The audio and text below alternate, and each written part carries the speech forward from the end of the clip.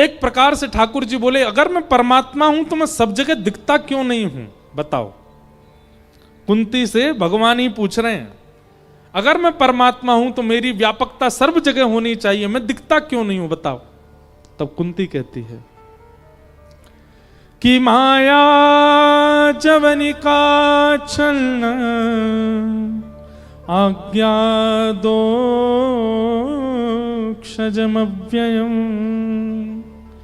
न लक्ष्य से मूढ़ दृशा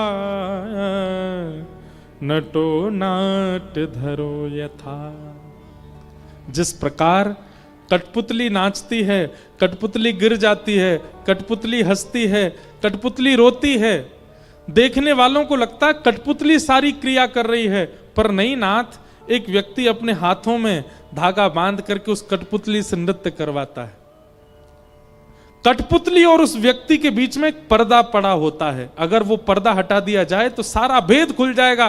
कठपुतली की अपनी सामर्थ्य नहीं, कोई व्यक्ति पीछे से नचा रहा था। ठीक वैसे ही हमें व्यक्ति नाचता गाता खेलता कूदता कमाता दिखता है, माया का पर्दा पीछे पड़ा है। सदगुरु जीवन में आकर के जैसे ही माया का पर्दा हटा देंगे, सारे भेद खुल जाएंगे कि मानव की अपनी सामर्थ्य नहीं थी, सब ठाकुर जी करवा रहे थे। आपको बात समझ आया करे तो ही ताली बजाया करो। कई बार हमको लगता पता नहीं समझ में आई, ऐसी बजा दी।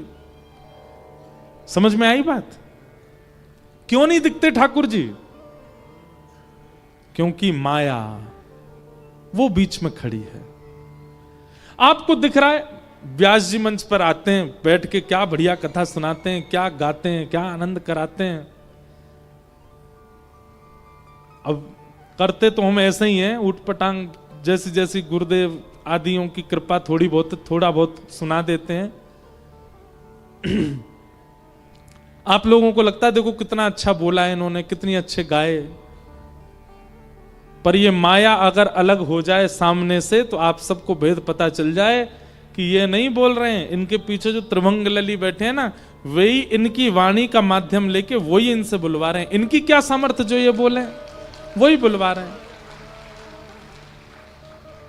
आपको ये बात पता चल जाएगी अगर सदगुरु आपको दृष्टि प्रदान कर दें तो। जब तक सदगुरु दृष्टि नहीं देंगे आपको ये लगेगा ये कितना सुंदर, ये कितना धनवान, ये कितना ऐश्वर्यवान, ये कितना मायावान। अच्छा, माया किसको कहते हैं? जो आपको अपनी ओर खींचे। ठाकुर जी के अलावा जितनी भी वस्तु संसार की आपको अपनी ओर खींचे वही माया है। जो आपको अपना आदि बना दे, जिसका एडिक्शन आपको हो जाए, जिसके बगैर आप जी ना पाओ, वही माया है। धन माया है, वैभव माया है, प्रतिष्ठा माया है, ऐश्वर्य माया है, कंचन माया है, सब माया है जो आपको अपनी ओर खींच लेती है। और एक बार उसका आस्वादन करने के बाद, एक बार उसको चखने के बाद, फिर बार बार उसको चखने की इच्छा प्रकट हो, उसमें उस स्थिति में जाने की इच्छा प्रकट हो, वो माया है। और ये माया जब तक जीवन में रहेगी तब तक हमको इंसान ही दिखेंगे, तब तक हमको संसार ही दिखेगा, ठाकुर जी नहीं दिख सकते। वही बात यहां कुंती कह रही है, माया जवनिका छन्न आज्ञा दोक्षजमव्ययम। हे अधोक्षज, आप इसलिए नहीं दिखते क्योंकि माया बीच में खड़ी है। कैसे दिखेंगे? गुरु कृपा, गुरु यदि प्रसन्न हो जाए तो संभव है। आगे कुंती भगवान की स्तुति गाती है और कुंती अंत में भगवान के आगे झोली फैलाती है और झोली फैला के कहती है मैं आपसे कुछ मांगना चाहती हूं। भगवान बोले मांगो। नहीं, पहले वचन दो, जो मांगूंगी सो दोगे। भगवान बोले आप मांगिए, हम देने में देरी नहीं करेंगे। नहीं, पहले वचन रख दीजिए कि जो मांगूंगी वो दोगे। भगवान ने वचन दिया, जो मांगोगी सो देंगे, मांगो क्या चाहिए। तब कुंती कहती है कि विपदा संतु न सस्वत तत्र तत्र जगद्गुरो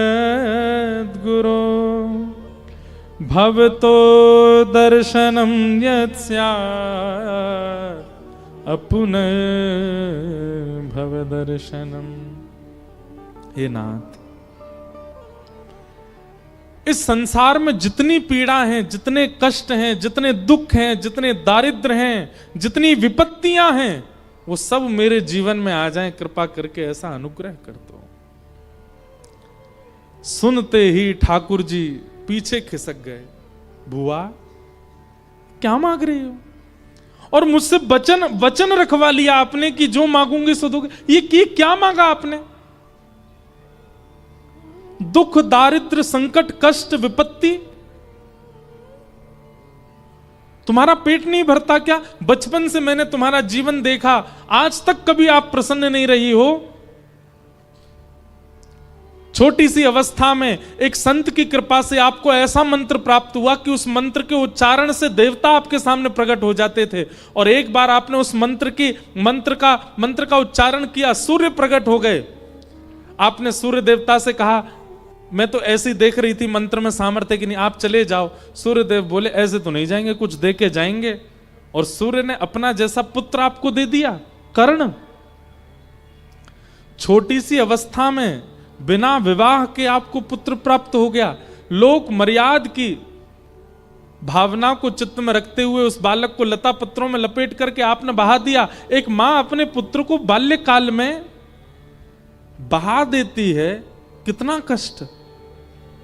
उसके बाद पांडु महाराज से आपका विवाह हुआ, जो कि घनघोर मरीज थे और उनको भी शाप लगा हुआ था कि अपनी गृहिणी के पास प्रेम भाव से जाओगे तो तुम्हारी मृत्यु हो जाएगी।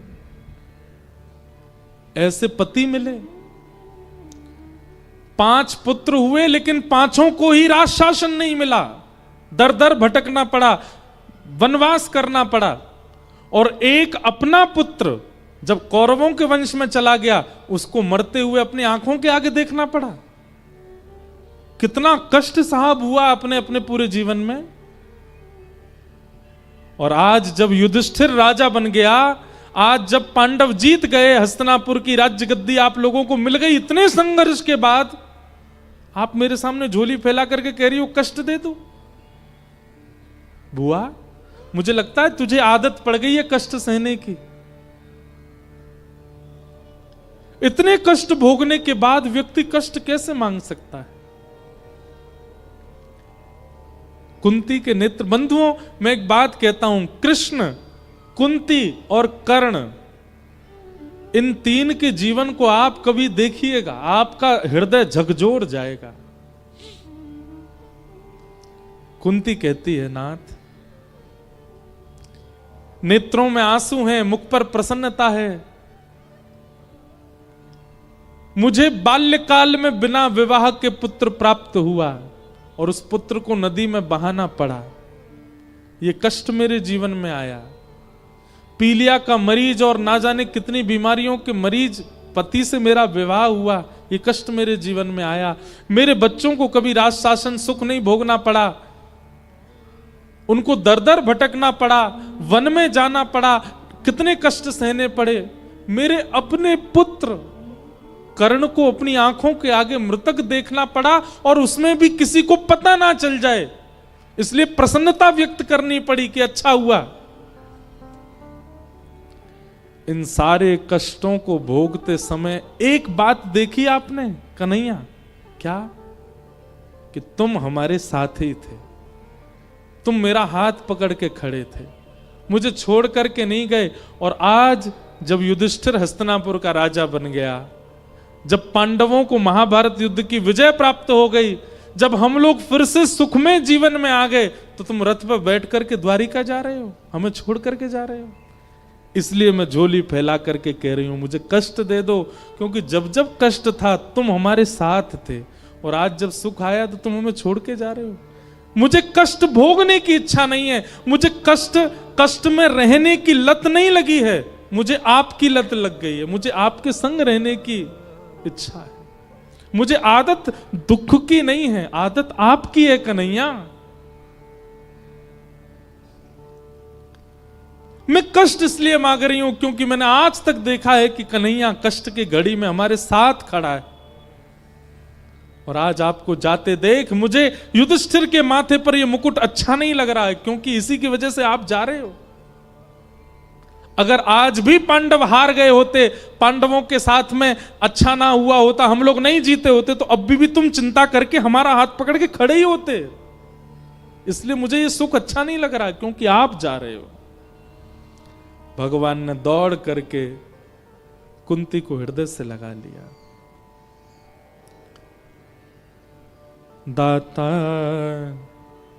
तेरा मेरा प्यार कभी ना बदले, दाता तेरा मेरा प्यार कभी ना बदले। बंधुओं, श्री राधा रमण लाल, श्री राधा वल्लभ लाल, श्री बिहारी जी, जहां भी आपकी निष्ठा है, इस भाव को गाया कीजिए उनके सामने। हम जितना प्रेम आपसे करते हैं, जितनी प्रीति आपसे है नाथ, चाहे दुनिया के संबंध हमारे छूट जाएं, पर आपके प्रति हमारा प्रेम कभी कम ना हो नाथ। दाता तेरा मेरा प्यार कभी ना बदले, दाता तेरा मेरा प्यार कभी ना बदले। आप जिनमें निष्ठा रखते हो उनका चिंतन करो चित्त में, और उनका चिंतन करते हुए भाव से मेरे साथ गाओ। दाता मेरा ये विचार कभी ना बदले, दाता मेरा ये विचार कभी ना बदले, दाता मेरा ये विचार कभी ना बदले, दाता मेरा ये विचार कभी ना बदले, दाता तेरा मेरा प्यार कभी ना बदले, दाता तेरा मेरा प्यार कभी ना बदले, ओ दाता तेरा मेरा प्यार कभी ना बदले, दाता तेरा मेरा प्यार कभी ना बदले। हे द्वार तेरे पे आता रहूं मैं, चरणों में शीस झुकाता रहूं मैं, द्वार तेरे में आता रहूं मैं, चरणों में शीस झुकाता रहूं। प्यारे द्वार तेरे पे आता रहूं मैं, चरणों में शीश झुकाता रहूं मैं, द्वार तेरे में आता रहूं मैं, चरणों में शीस झुकाता रहूं। ओ मेरा यह व्यवहार कभी ना बदले, मेरा यह व्यवहार कभी ना बदले, मेरा यह व्यवहार कभी ना बदले, मेरा यह व्यवहार कभी ना बदले। ओ दाता मेरा ये विचार कभी ना बदले, दाता मेरा ये विचार कभी ना बदले, दाता मेरा ये विचार कभी ना बदले, दाता मेरा ये विचार कभी ना गाइए। बदले, दाता तेरा मेरा प्यार कभी ना बदले, तेरा मेरा प्यार कभी ना बदले, दाता तेरा मेरा प्यार कभी ना बदले, तेरा मेरा प्यार कभी ना श्री राधा रमण लाल की।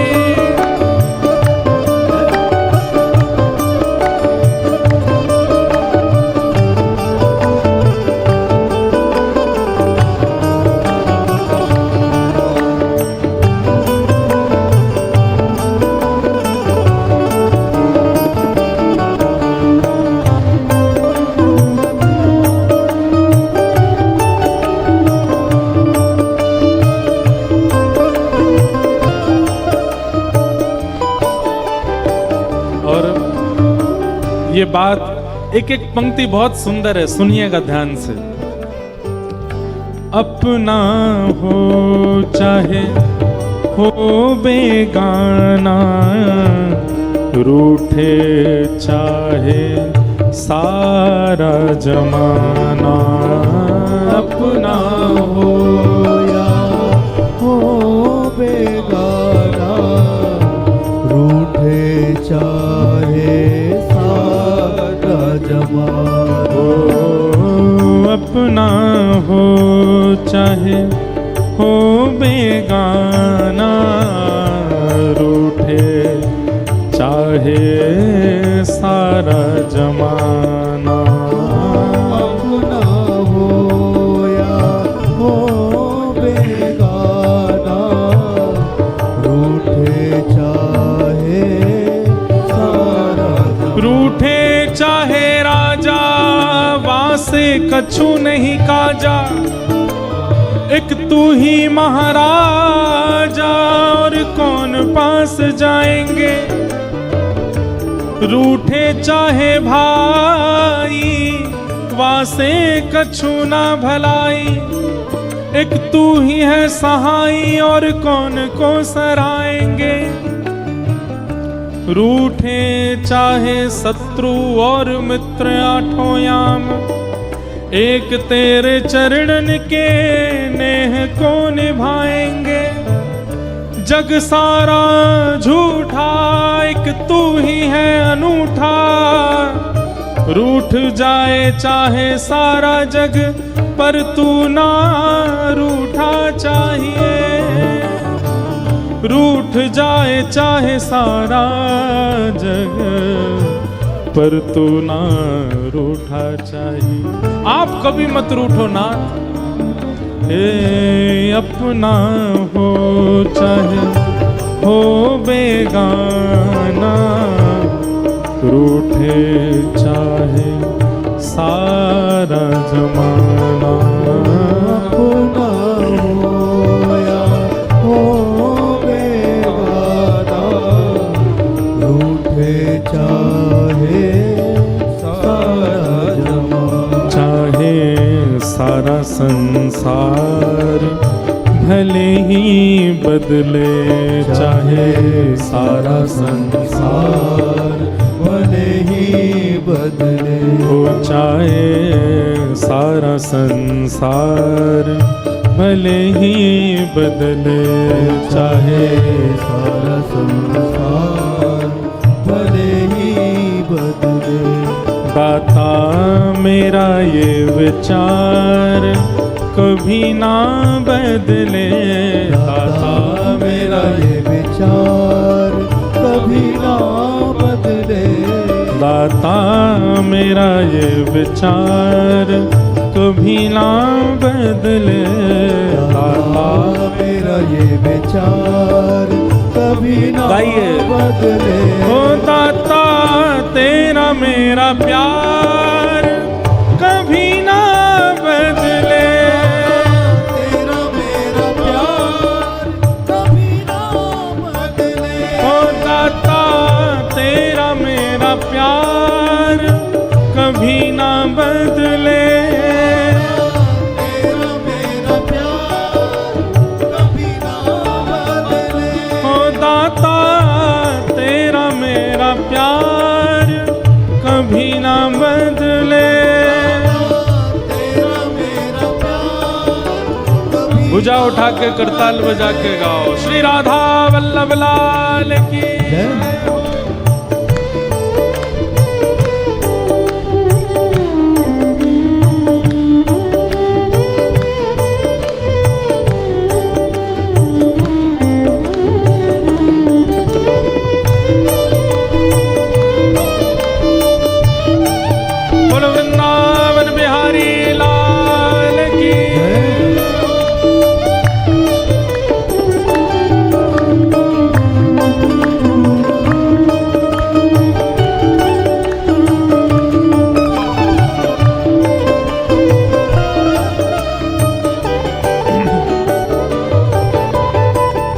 सत्संग तेरा छोड़ू कभी ना, मुख भी तुमसे मोड़ू कभी ना।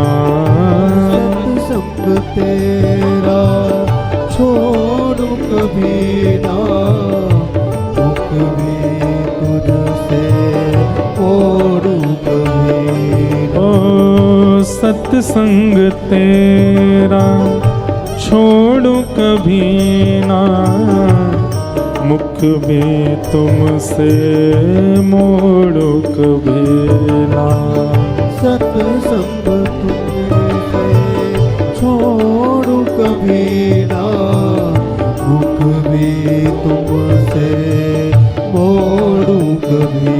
मन से मन का ये तार कभी ना बदले, मन से मन का ये तार कभी ना बदले। ओ मन से मन का ये तार कभी ना बदले, मन से मन का ये तार कभी ना बदले। ओ दाता मेरा ये विचार कभी ना बदले, दाता मेरा ये विचार कभी ना बदले।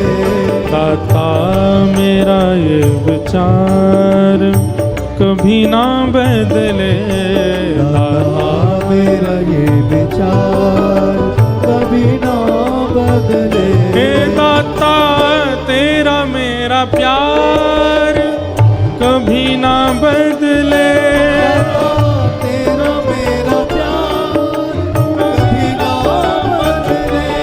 दाता तेरा मेरा प्यार कभी ना बदले। तेरा मेरा प्यार कभी ना बदले। हे गोविंद मेरो है, गोपाल मेरो है, गोविंद मेरो है, गोपाल मेरो है। हे गोविंद मेरो है, गोपाल मेरो है, गोविंद मेरो है, गोपाल मेरो है। हे मेरा बांके बिहारी नंदलाल मेरो है, मेरा बांके बिहारी नंदलाल मेरो है। हे राधा रमण बिहारी नंदलाल मेरो है,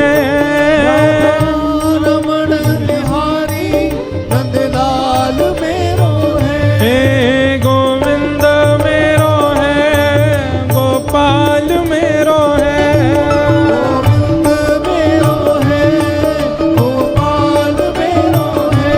हे गोविंद मेरो है, गोपाल मेरो है, गोविंद मेरो है, गोपाल मेरो है। हे गोविंद मेरो है, गोपाल मेरो है, गोविंद मेरो है, गोपाल मेरो है। राधा वल्लभ बिहारी नंदलाल मेरो है, बिहारी नंदलाल मेरो है।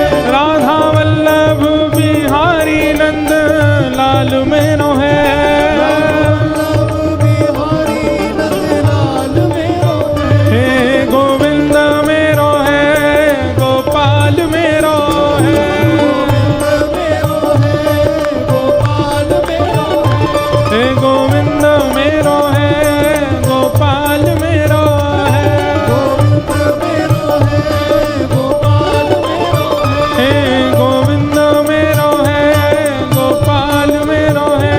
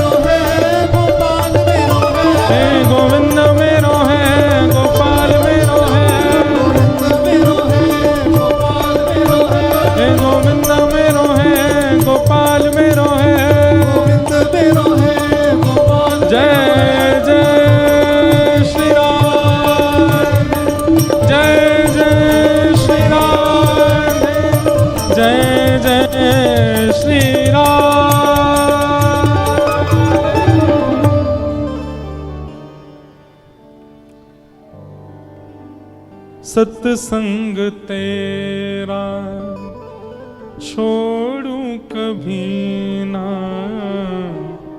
मुख भी तुमसे मोड़ो कभी ना, मन से मन का ये तार कभी ना बदले, दाता मेरा ये विचार कभी ना बदले, दाता तेरा मेरा प्यार कभी ना बदले। जो भाव हमारा ठाकुर जी के प्रति है उसमें बल्कि वर्धन होना चाहिए, वो घटना नहीं चाहिए, वो और वर्धित हो और बड़े ठाकुर जी के प्रति, ऐसी भावना। कुंती ने भगवान की स्तुति गाई।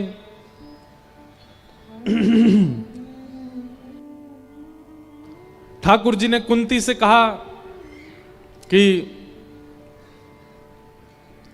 आप चिंता मत करो बुआ, आप जब मेरा अनुभव करना चाहोगी, जब मेरा चिंतन करोगी, आप वहीं मेरा दर्शन कर लोगी जहां बैठ करके मेरा चिंतन करोगे। इसलिए ऐसी कथा आती है कि जब ठाकुर जी लीला पूरी करके गए और ठाकुर जी की लीला पूर्ति का समाचार जैसे ही कुंती को प्राप्त हुआ कि भगवान श्री कृष्ण लीला पूरी करके चले गए, ये सुनते ही सबको दुख हुआ, पीड़ा हुई, परंतु कुंती के तो प्राण ही चले गए। ठाकुर जी की भगवत धाम गमन लीला का भाव सुनते ही कुंती ने अपने प्राण त्याग दिए। उतना प्रेम ठाकुर जी से करती थी। कुंती ने भगवान की स्तुति गाई। युधिष्ठिर जी के मन का शोक अभी तक दूर नहीं हुआ था। उनको यह शोक हो रहा था कि मैंने महाभारत युद्ध में अपनों को मार दिया, कितने बालकों को अनाथ कर दिया, कितनी माताओं को विधवा कर दिया।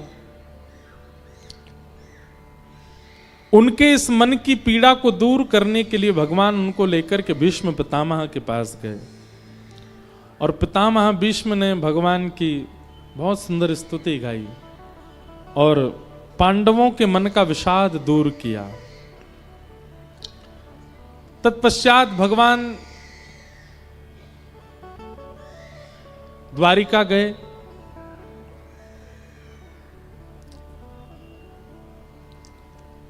द्वारिका से ठाकुर जी वापस हस्तिनापुर आए। क्यों? क्योंकि ठाकुर जी को समाचार मिला था कि जिस बालक की गर्भ में जाके रक्षा की थी उसका जन्म हुआ है। भगवान वापस हस्तिनापुर आए और उस बालक को दर्शन दिए।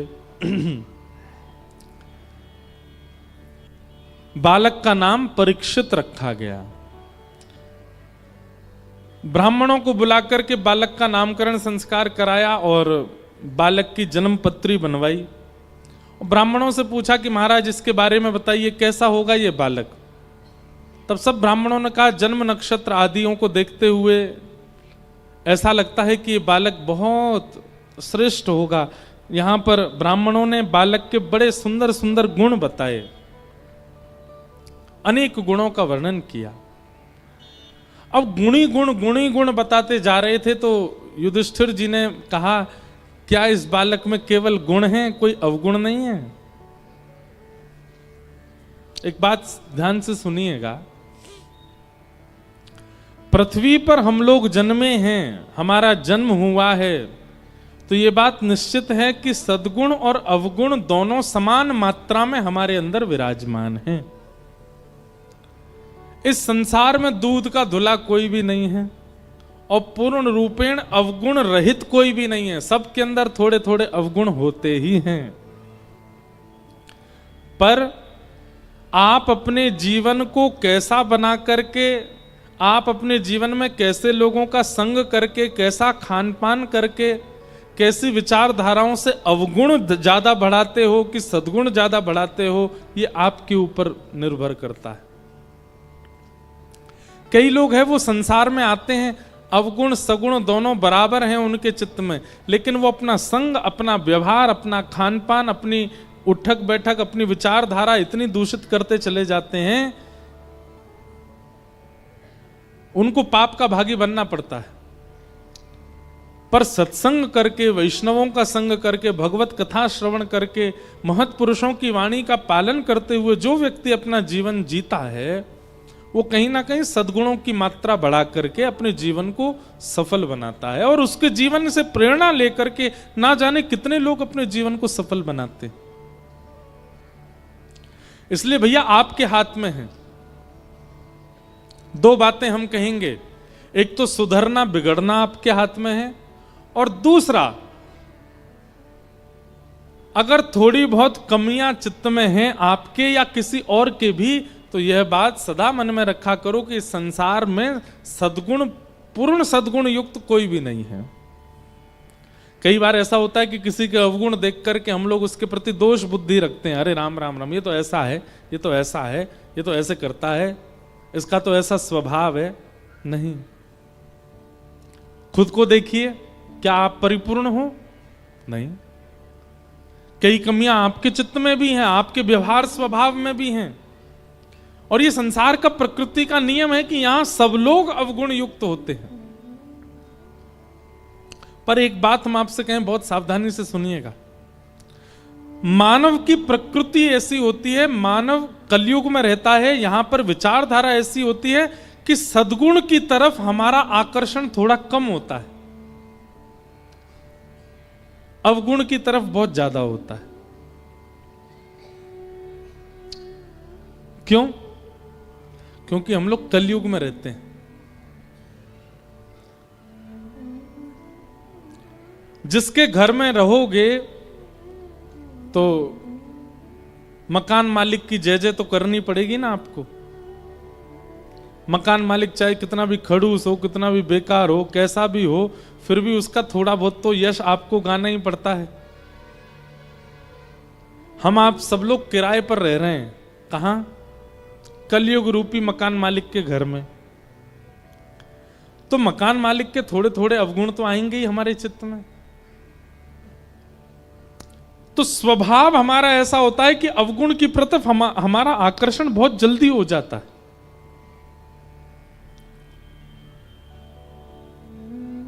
लेकिन एक चीज आपने अनुभव की, जब हम छोटे थे, जब हमारी उम्र ज्यादा नहीं थी, तब हमारा रुझान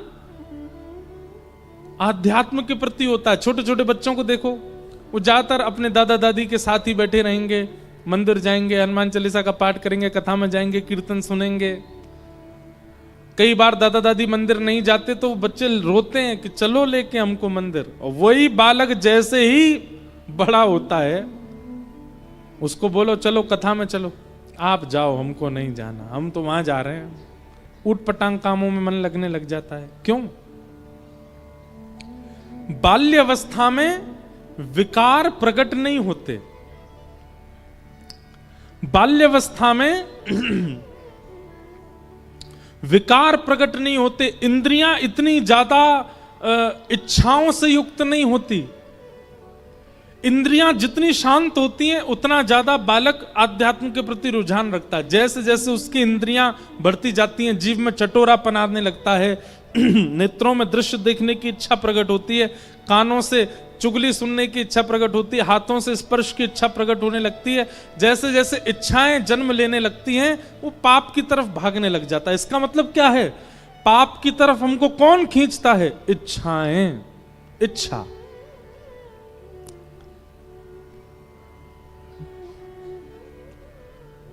इच्छाएं जब तक चित्त में नहीं होती तब तक हम आध्यात्म की ओर ही रहते हैं, पर इच्छाओं का जन्म लेते ही हम आध्यात्म का त्याग कर देते हैं। फिर संसार के विषय भोग ही हमको प्रिय लगने लग जाते हैं। इसलिए प्रयास करो कि जितनी कम हो सके अपनी इच्छाओं की पूर्ति कम किया करो। हमारी ध्यान से सुनिएगा सब लोग बात। जितने लोग बैठे हैं बहुत ध्यानपूर्वक सुनो। जितना ज्यादा हो सके इच्छाओं का दमन किया कीजिए। इच्छा प्रकट होती है और प्रकट होते ही आप दौड़ते हैं उस इच्छा की पूर्ति के लिए।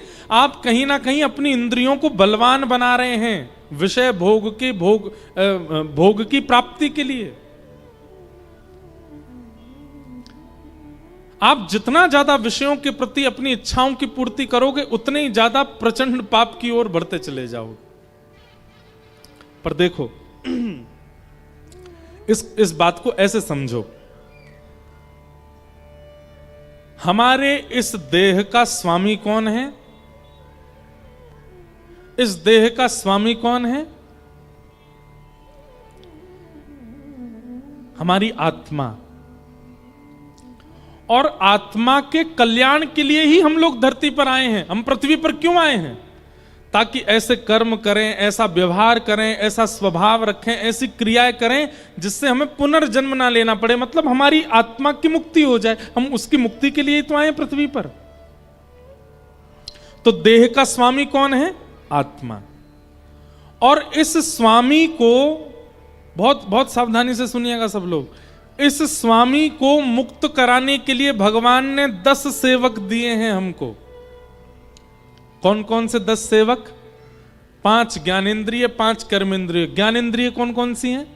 आंख, नाक, जीव, कान और त्वचा। जिनसे आपको कुछ पता चलता है उनको ज्ञानेंद्रिय कहते हैं। आंखों से सुंदरता का पता चलता है, कानों से स्वर का पता चलता है, नासिका से सुगंधी दुर्गंधी का पता चलता है, जीव से स्वाद का पता चलता है और त्वचा से स्पर्श का पता चलता है। मौसम, झारखंड का मौसम कैसा है? मीठा मीठी ठंडी है। कैसे पता चला? हमारी त्वचा बताती है। झारखंड के लोग बड़े सुंदर हैं, कैसे पता चला? नेत्रों से। वायलिन वाले भैया बहुत सुंदर बजा रहे हैं, कैसे पता चला? कानों से।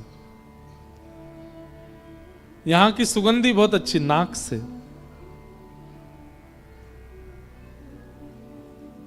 झारखंड का भोजन अच्छा, क्या खाया था आज हमने?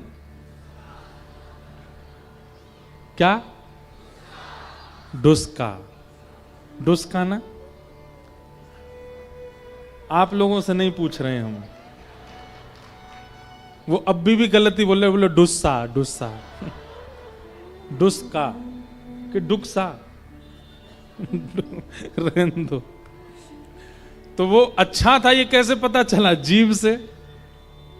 अच्छा, हमको एक कहानी और पता चली।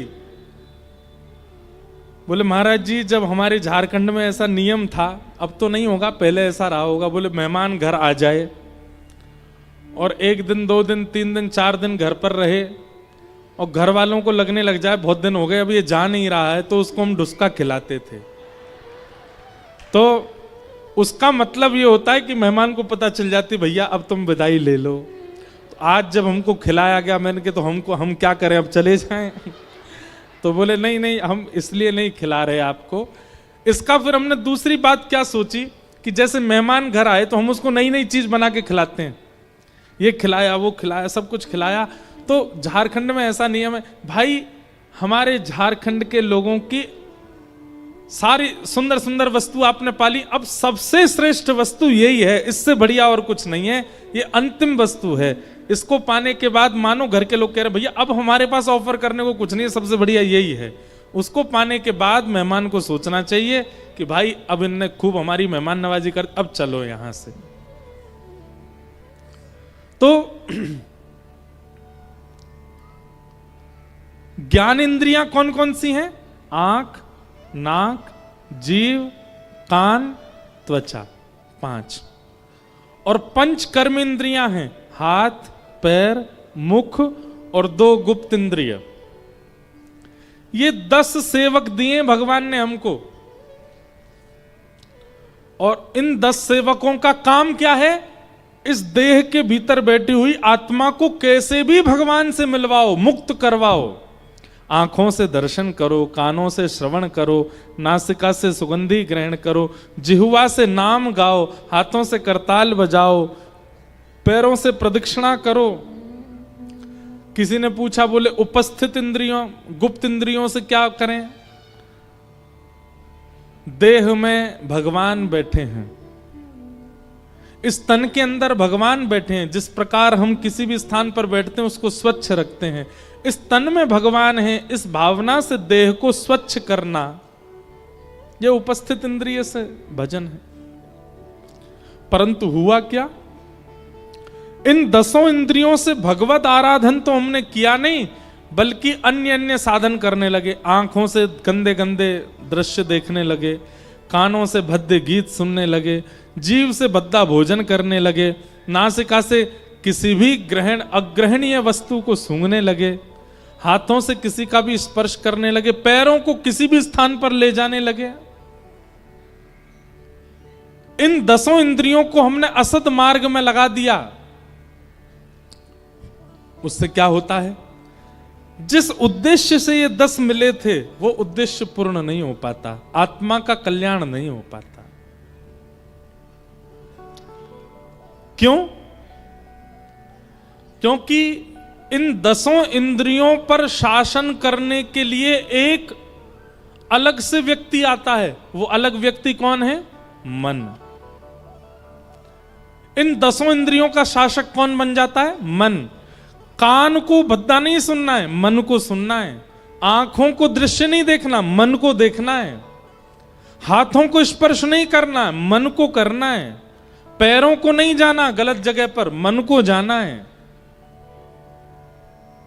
वो मन छोटे छोटे बालकों में कोमल होता है, सामान्य होता है, इसलिए वो मन इच्छाएं ज्यादा प्रकट नहीं कर पाता, इसलिए वो आध्यात्म की तरफ ही रुझान रखते हैं। लेकिन जैसे ही वो मन समझता है कि ये तो इंद्रियां मेरी दासी हैं, मैं इनसे जो चाहूं भोग सकता हूं, मैं नेत्रों को जैसे ही कहूंगा सुंदर दृश्य दिखाओ, नेत्र मुझे ले चलेंगे, कानों को कहूंगा भद्दे गीत सुनाओ, ये कान सुनवाएंगे, हाथों से कहूंगा स्पर्श कराओ, जीभ से कहूंगा खवाओ, ये सब मेरे अधीन हैं। ये जैसे ही मन को पता चलता है तो मन और ज्यादा आज्ञाएं करने लग जाता है। मन इच्छा प्रकट करता है, गोलगप्पा खिलाओ। तुरंत कथा से जैसे ही निकले महाराज, गाड़ी पे बैठे, धूड़ा कहाँ है, गोलगप्पे की दुकान, तुरंत खा लिया। तो जैसे ही आप गोलगप्पा खाते हैं, आपके यहां गोलगप्पा ही बोलते हैं, कई जगह फुल्की बोलते हैं, कई जगह पुचका बोलते हैं, कई जगह पानी पूरी बोलते हैं, हमारे यहां टिकिया बोलते हैं। मुंह में पानी तो नहीं आ गया आपके? लेकिन अब एक बात सुनिए, आप जैसे ही उसको पाने के लिए दौड़ोगे, ढूंढोगे कहां है कहां है कहां है, जैसे ही आपने जाकर के जीभ में गोलगप्पा रखा, आपके मन को क्या आज्ञा मिल जाती है? मैंने इच्छा प्रकट की और इसने पूरी करा दी, ये मेरा दास बन गया है।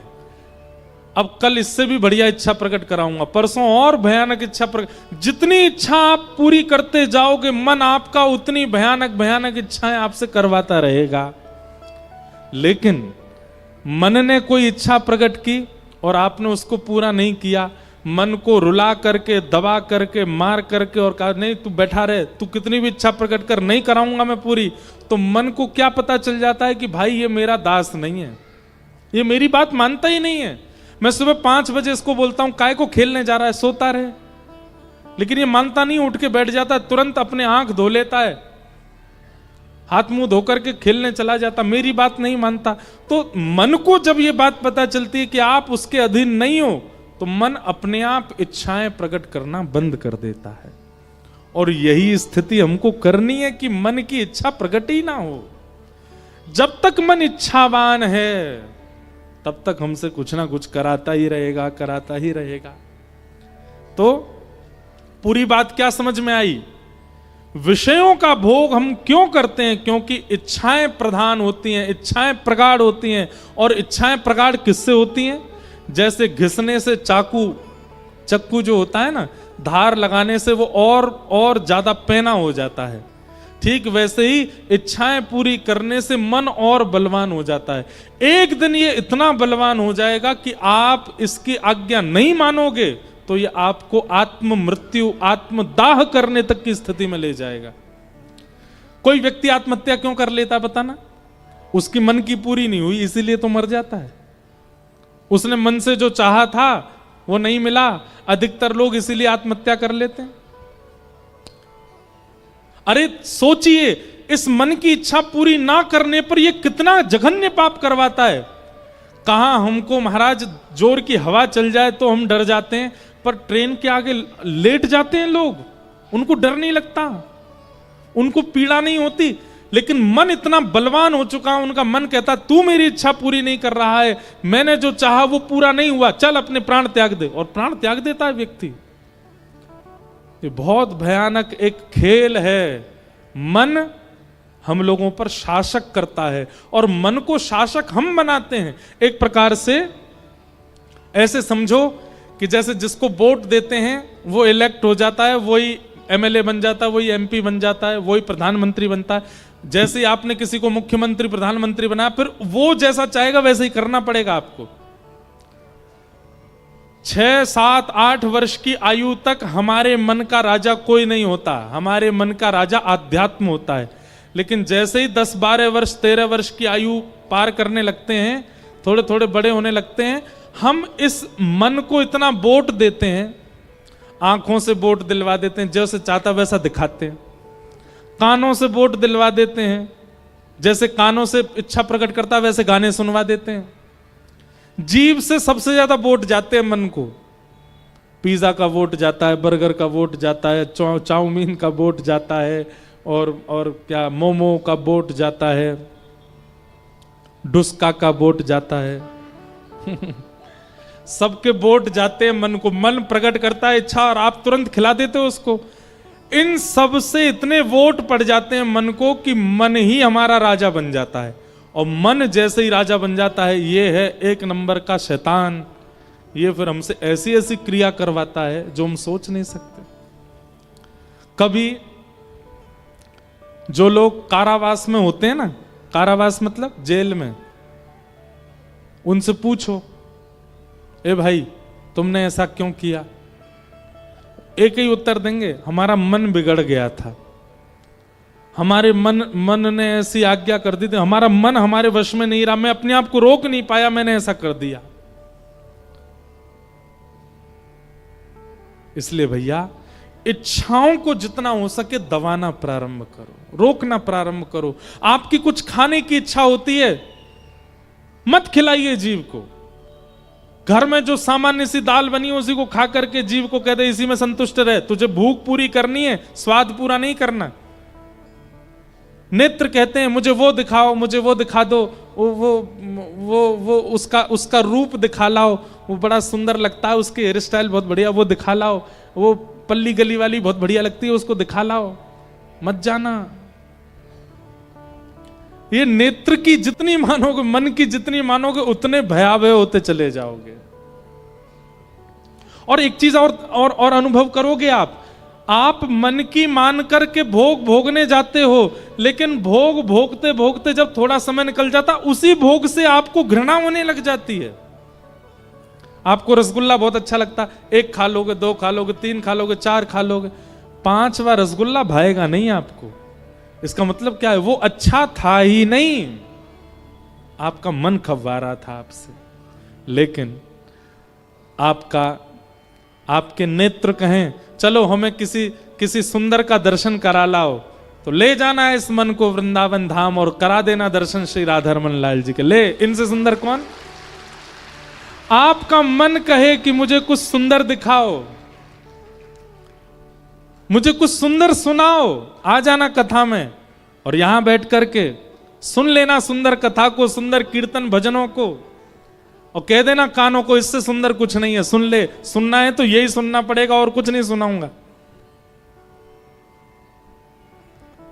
आपकी जीव कहे कुछ अच्छा सा पवा दो, ले जाना वृंदावन और श्री बरसाने में किशोरी जी की प्रसादी, श्री राधा वल्लभ जी की खिचड़ी, श्री राधा रमन लाल जी की कुलिया पवा देना जीव को। कह देना इससे सुंदर, इससे स्वादिष्ट दुनिया में कुछ नहीं है। या तो इच्छाओं को मारिए, और नहीं मार पा रहे हैं इच्छाओं को, तो फिर इच्छाओं में केवल राधा रमन जी से संबंधी वस्तुओं को देना प्रारंभ कर दीजिए। आपका मन विचलित नहीं होगा। हो मेरो मन लाग्यो बरसाने में, जहां विराजे राधा रानी।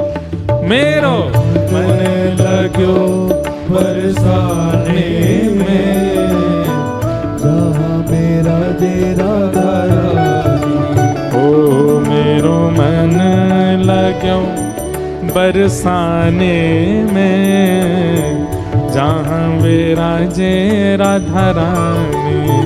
ओ मेरो मन लग्यो बरसाने में, जहाँ मेरा डेरा रानी। हे मुझे दुनिया से नहीं कोई काम, मुझे दुनिया से नहीं कोई काम, हे मुझे दुनिया से नहीं कोई काम, मुझे दुनिया से नहीं कोई काम। ओ मैं तो रटू राधा राधा नाम, मैं तो रटू राधा राधा नाम। ओ मैं तो रटू राधा राधा नाम, मैं तो रटू राधा राधा नाम। मुझे दुनिया से नहीं कोई काम, मुझे दुनिया से नहीं कोई काम। ओ मैं तो रटू राधा राधा नाम, मैं तो रटू राधा राधा नाम। ओ दर्शन करूं सुबह शाम, दर्शन करूं सुबह शाम। ओ दर्शन करूं सुबह शाम, दर्शन करूं सुबह शाम। ओ मेरे मन में विराजे श्याम दीवानी, मेरे मन में विराजे श्याम दीवानी। मेरे मन में विराजे श्याम दीवानी, मेरे मन में विराजे श्याम दीवानी। ओ जहाँ विराजे राधा रानी, जहाँ विराजे राधा रानी। ओ मेरो मन लग्यो बरसाने में, जहाँ विराजे राधा रानी। मेरो मन लग्यो बरसाने में, जहाँ मेरा बल बरसाने वारी की।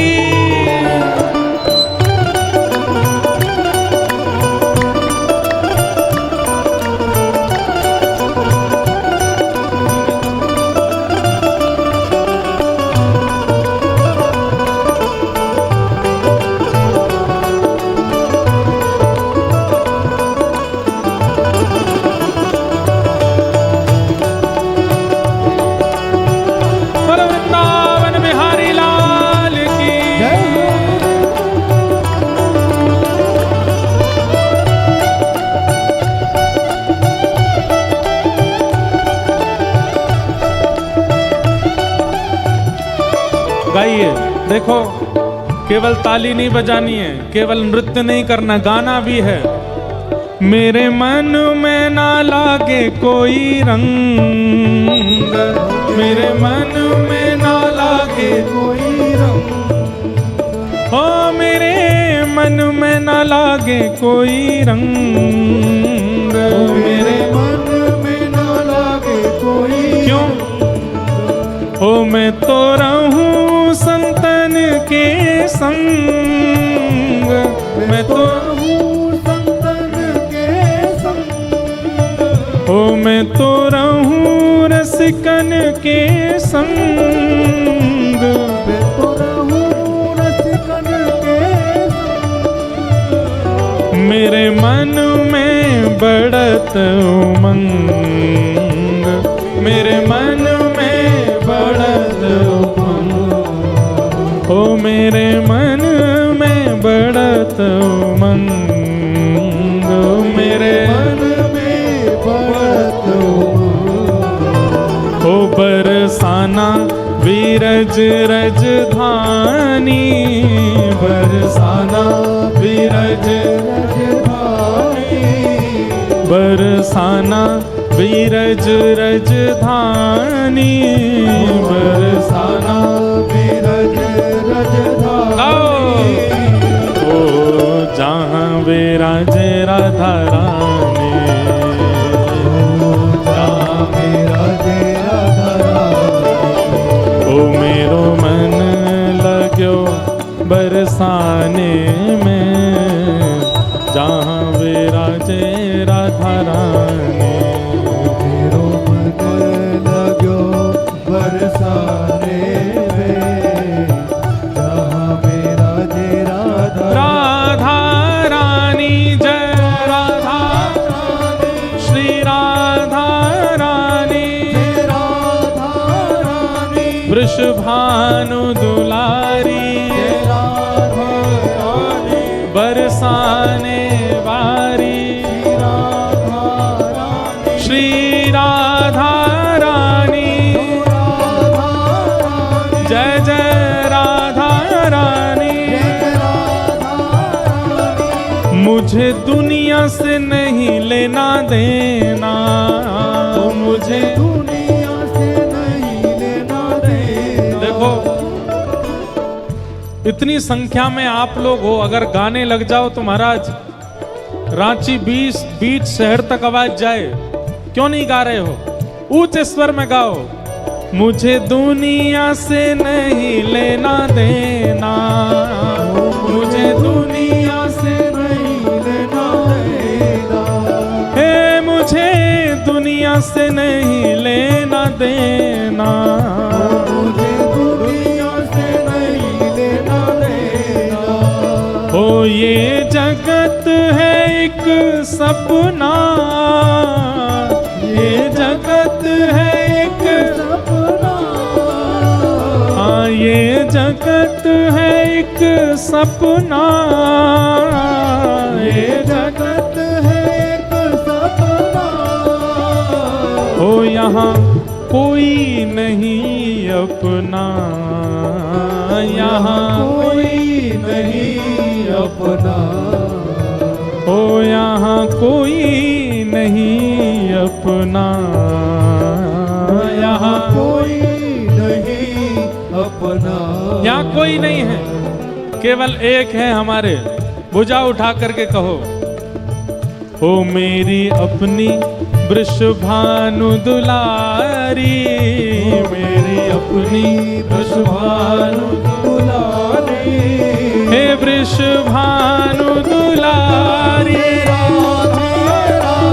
वृषभानु दुलारी, वृषभानु दुलारी, वृषभानु दुलारी, वृषभानु दुलारी, वृषभानु दुलारी, वृषभानु दुलारी,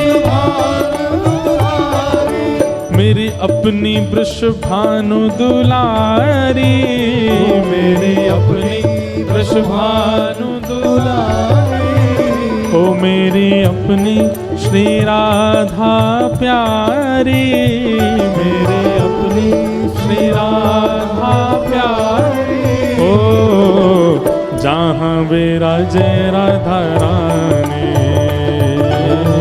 जहाँ विराजे राधा रानी, मेरो मन लाग्यो बरसाने में, जहाँ विराजे राधा रानी, मेरो लगो बरसाने में, जहाँ विराजे राधा रानी। हे मन हट्यो है दुनिया दारी से, मन हटो है दुनिया,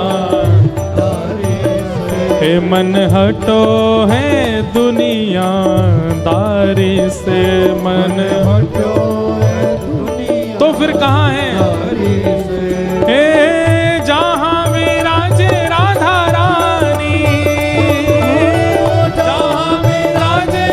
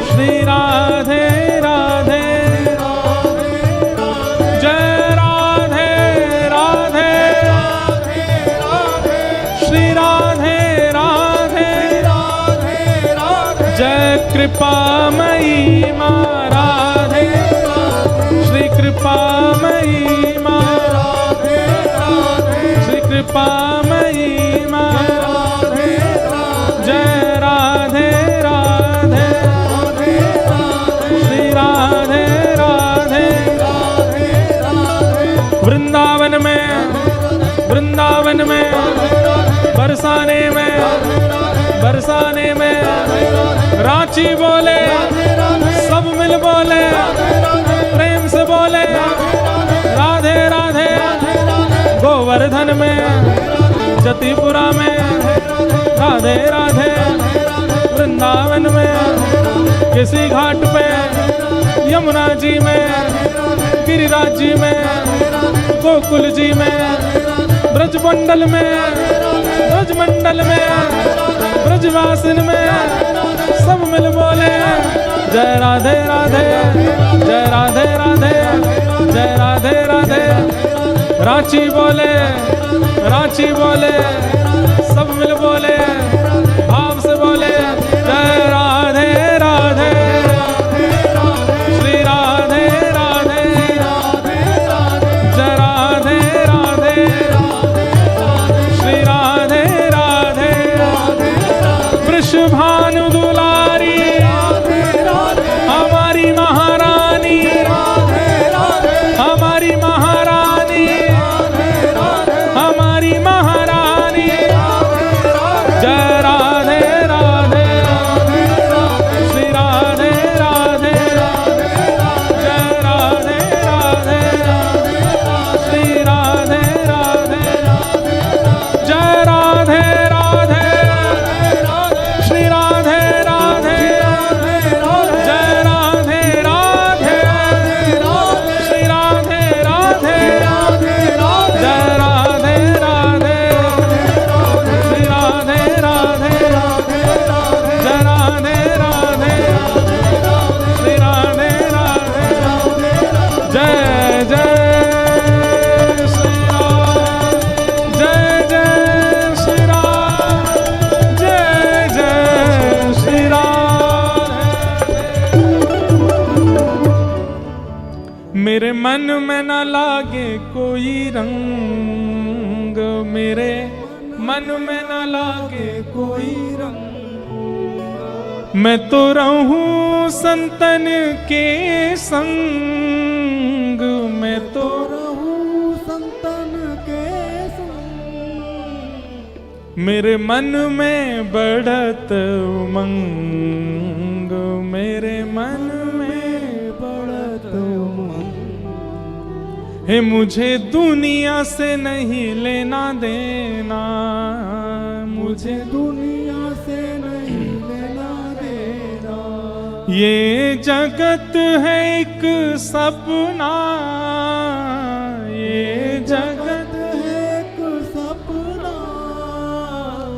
यहाँ कोई नहीं अपना, यहाँ कोई नहीं अपना, हो मेरी अपनी श्री राधा प्यारी, मेरी अपनी श्री राधा प्यारी, मेरी अपनी वृषभानु दुलारी, मेरी अपनी वृषभानु दुलारी, ओ जहाँ विराजे राधा रानी, जहाँ विराजे राधा रानी, ओ मेरो मन लाग्यो बरसाने में, जहाँ विराजे राधा रानी, ओ मेरो मन लाग्यो बरसाने में, जहाँ विराजे राधा रानी, ओ मन हट्यो है दुनिया दारी से, मन हट्यो है दुनिया दारी से, मन हटो है दुनिया दारी से, मन हटो है दुनिया दारी प्यारी से। ओ जहाँ विराजे राधा रानी, जहाँ विराजे राधा रानी, मन हे जहाँ विराजे राधा रानी, जहाँ विराजे राधा रानी, ओ जहाँ विराजे श्यामा प्यारे, जहाँ विराजे श्याम प्यारे। बोलो वृंदावन बिहारी लाल की, श्री राधा रमण लाल की, श्री राधा वल्लभ लाल की। बैठ जाओ अपने अपने स्थान पे।